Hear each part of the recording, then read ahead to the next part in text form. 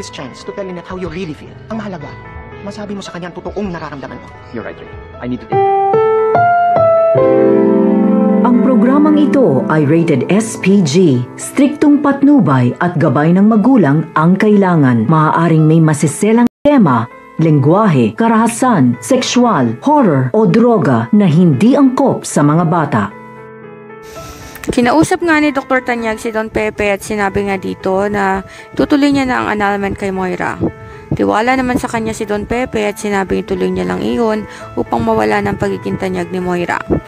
Pinausap naman ni Dr. Tanyag ang kanyang kaibigan ni si Dr. Ray Meneses at sinabi nga dito na nag-file na siya ng annulment sa kanila ni Moira. Bagamat walang kasiguraduhan na tatanggapin niya ni Moira, ay sinabihan pa rin siya ni Dr. Ray Meneses na puntahan si Lynette upang sabihin dito ang kanyang tunay na nararamdaman.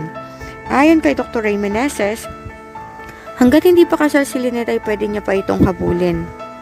Lalo pa nga ngayon, na nagre-ready na rin sila sa darating na kasal, kailangang mag-double time ni Dr. Tanyag. Kasunod nga nito, ay masaya-masaya naman si Annalyn dahil tinawagan siya ni Dr. Tanyag.